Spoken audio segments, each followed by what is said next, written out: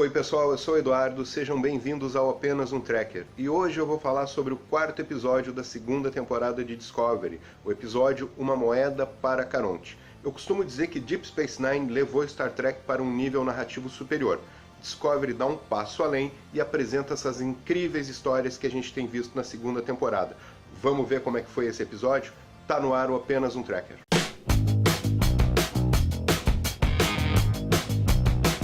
Galera, antes de começar, eu peço que quem está assistindo já se inscreva no canal, aperte o sininho ali do lado para não perder nenhuma notificação, deixe o seu like, faça seus comentários, compartilhe aí nas suas redes sociais e vamos ajudar o canal a se expandir para levar Star Trek ao maior número de pessoas possível.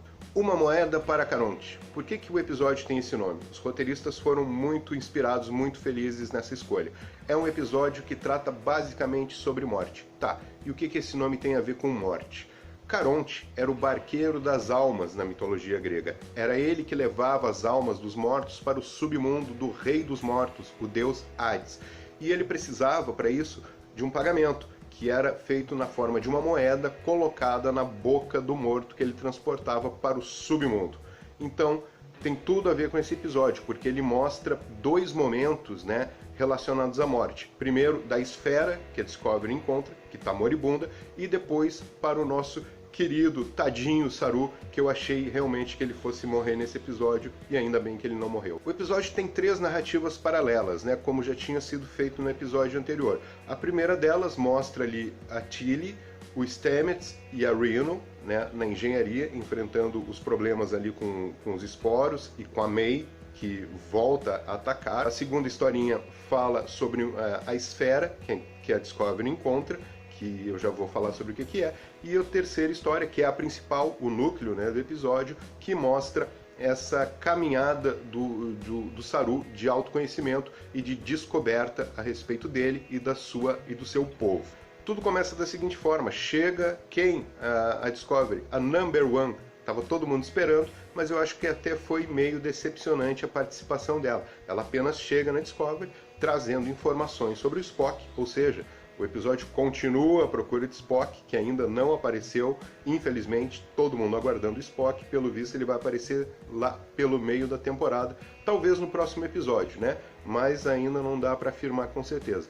Ela chega na Discovery, trazendo essa informação para o Pike, e a única cena que ela aparece mesmo é pedindo ali um cheeseburger no replicador. Ela faz o lanche ali junto com o Pike e acabou a participação dela. Então, perseguindo o Spock, que está numa nave, fugindo, com aquela acusação de ter matado 3 médicos, a Discovery está no seu encalço, ela acaba sendo aprisionada por uma esfera, uma esfera que tem componentes mecânicos e componentes biológicos.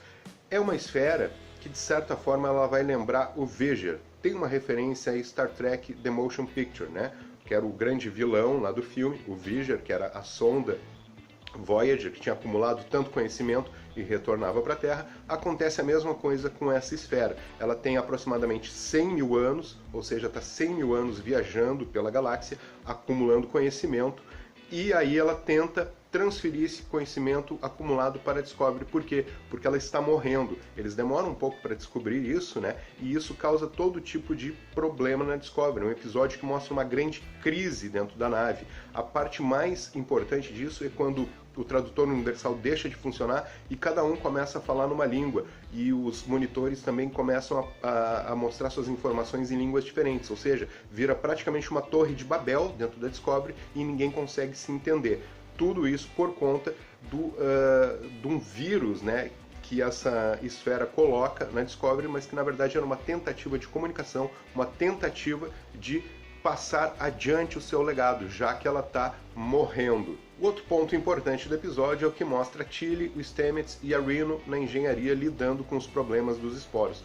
Volta, a May, aquela forma de vida que estava atormentando a Tilly no último episódio, e agora se revela finalmente qual era a intenção dela. Ela queria encontrar com o Stamets para falar para ele que o motor de esporos está degradando o meio ambiente na rede micelial, ou seja, mais ou menos uma coisa como aconteceu em TNG, que se descobriu que o motor de dobra, ele causa um problema no tecido do espaço-tempo. E aí foi limitada, né, a velocidade de dobra à velocidade 6, né, só em casos de urgência ou de emergência que pode-se atingir uma velocidade maior que essa. É legal porque tem essa questão de preservação do meio ambiente que está sendo colocado no episódio, né? E aí tem um embate que eu já esperava que seria maravilhoso, a interação maravilhosa entre a Reno e o Stamets, né? Eles são completamente diferentes. A Reno é aquela... representa no episódio o pensamento conservador, ela não dá bola para a preservação do meio ambiente, e o Stamets, por sua vez, é um cara preocupado com isso. E aí é curioso que o próprio motor de esporos, no fim, ele sendo um cara preocupado com a preservação do ambiente, está prejudicando o meio ambiente lá da rede micelial. Então o Stamets fala para Reno assim, ó, esse negócio de cristais de lítio, você tem noção de quantas guerras e toda a destruição que a mineração do lítio já causou? E ela não tá nem aí, né? Ela começa a debochar da cara dele, a ridicularizar o motor de esporos. Ela diz que fungo ela coloca na pizza, etc, né? Tira uma onda com a cara dele. Quer dizer, é um momento muito, muito engraçado dos dois. E principalmente quando eles ficam chapados no final, né? Quando soltam aquele monte de esporos lá no final do episódio, e eles ficam bem chapados. É muito engraçada a cena, né?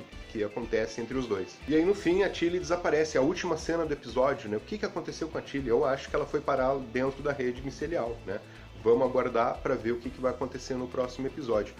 Destacar uma cena muito bonita que acontece nesse episódio é quando a Tilly e o Stamets, ele prestes a fazer uma trepanação nela para conseguir descobrir o que a May quer, afinal, e os dois cantam a música Space Oddity do David Bowie. Sério, essa cena já se inscreveu assim numa coleção de cenas incríveis de Star Trek. Eu achei realmente muito bonito. A música do Bowie é muito linda, né? E ela fala sobre conquista do espaço, então tem muito a ver com o episódio. E eu gosto de Discovery, por isso que eu dizia antes, no início, de levar um novo patamar narrativo, é que eles colocam muitas referências da cultura pop. Um pouco antes, a Reno tinha falado do Prince, né?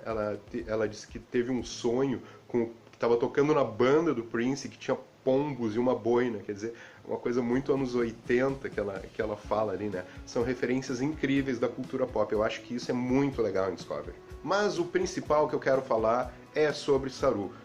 Lá na StarCon, o Doug Jones tinha dito que nesse episódio a gente se apaixonaria um pouco mais pelo Saru e a gente conheceria um pouco mais sobre ele e sobre o povo dele. E dito e feito, é isso que acontece nesse episódio. Saru chega às portas da morte, né? E ele vai ser morto pelas mãos de Burnham, que é a irmã dele, a família que ele adotou na Frota Estelar, já que ele não tem mais contato com a Sirana, que é a irmã que ele deixou encaminar, por conta da primeira diretriz, já que os Kelpins são uma sociedade pré-dobra e a frota não pode ter contato com eles por conta da diretriz que fala sobre a não interferência no desenvolvimento dessas culturas ainda não tão evoluídas quanto as culturas da Federação. Mas a questão é a seguinte, no início do episódio o Saru já se mostra com uma doença, ele diz que está com um resfriado e a gente vai descobrir em seguida que não se trata de um resfriado. Ele conta para Burnham, na enfermaria, para o Pike e para a doutora Pollard, que se trata do Varahai, e aí entrou mais um lance super interessante para o cânone de Star Trek. É um processo biológico que acomete os Kelpins em determinado ponto da sua vida, onde os seus gânglios inflamam. E aí o que acontece? É o ponto que eles estão prontos para a colheita dos Baul, que são os predadores lá do planeta Kaminar, né, o planeta de origem do Saru. Então nesse ponto, né, que acontece isso, é como uma nova dentição, como uma transição para a puberdade nos humanos, há uma transformação dos Kelpins, né, eles entram num processo terminal por causa da inflamação dos gânglios, e aí eles são colhidos pelos Baul. Significa que é o momento deles serem colhidos. Caso não seja colhido, ele enlouquece e morre. Mas daí a gente vai descobrir que não é isso. E aí a grande revelação do episódio, Saru perde os seus gânglios por causa dessa inflamação e ele perde o seu medo, né? Toda a cultura dos Kelpins é orientada para a morte. Eles são seres constantemente amedrontados. E isso sempre foi mostrado claramente no Saru. Quando aparece alguma ameaça, né, os seus gânglios saem para fora e ele fica atemorizado. Por que que isso disparou? Por que que esse processo disparou no Saru nesse episódio? Em contato com a esfera, que estava prestes a morrer. Então isso deflagrou esse processo biológico de inflamação dos gânglios. Mas, como eu dizia, toda a sociedade Kelpin ela é orientada para a morte, né, como uma determinação biológica. Mas o grande lance que a gente vai sacar nesse episódio é que o Varahai é uma determinação biológica, mas ele dá e passa. Só que os Baul utilizam isso como forma de controle dos Kelpians, né? Eles não sabem, os Kelpians, que o processo no fim não leva à morte. Os gânglios caem e eles caindo acontece a transformação dos Kelpians. Eles perdem o medo e passam a se sentir seres fortes. Ou seja, toda a civilização Kelpin está sendo explorada pelos Baul em cima de uma mentira, porque não significa que eles serão covardes a vida toda por causa dos gânglios. Os gânglios, em determinado ponto da vida, eles caem e os Kelpin se tornam corajosos. Só que os Baul colhem eles no exato momento que os gânglios inflamam, não permitindo que eles descubram a sua própria força. Eu achei isso simplesmente genial. E esse momento em que há essa grande revelação, né, esse grande insight do Saru, é muito bonito. É essa cena que a gente está vendo aqui atrás, quando ele pede para quem ele confia, para quem é a sua família, né, fora do seu mundo, que é a Burnham, ele pede para que ela o sacrifique, né, que ela corte os gânglios e que aí ele morra. Só que os gânglios caem por si só, e aí ele percebe que não morreu, que ele está vivo, e ele descobre essa grande mentira que é contada para o seu povo. E agora entra um novo problema aí, né, porque ele prometeu para a Capitã Jojo, foi ela que trouxe ele de Caminar, de que ele não voltaria para casa, que ele não entraria em contato com os seus familiares ou com o seu povo por conta da primeira diretriz. Mas descobrindo essa mentira, tudo muda de figura. É evidente que ele vai querer levar o seu povo à luz, à iluminação, para que eles deixem de ser consumidos, né, pelos Baul, que são os seus predadores, que exploram a vida dos Kelpins, né. Para finalizar, então, o que ficou desse episódio, né? A Tilly desapareceu por conta daquela forma de vida que se materializava para ela como a May, e agora fica um mistério para o próximo episódio, saber onde a Tilly foi parar. Eu acredito que dentro da rede micelial. O segundo ponto legal foi a quantidade de informações, 100 mil anos de informações da esfera foram transferidos para Discovery, como o pai que diz para Burnham. Os cientistas vão estudar esse material durante séculos.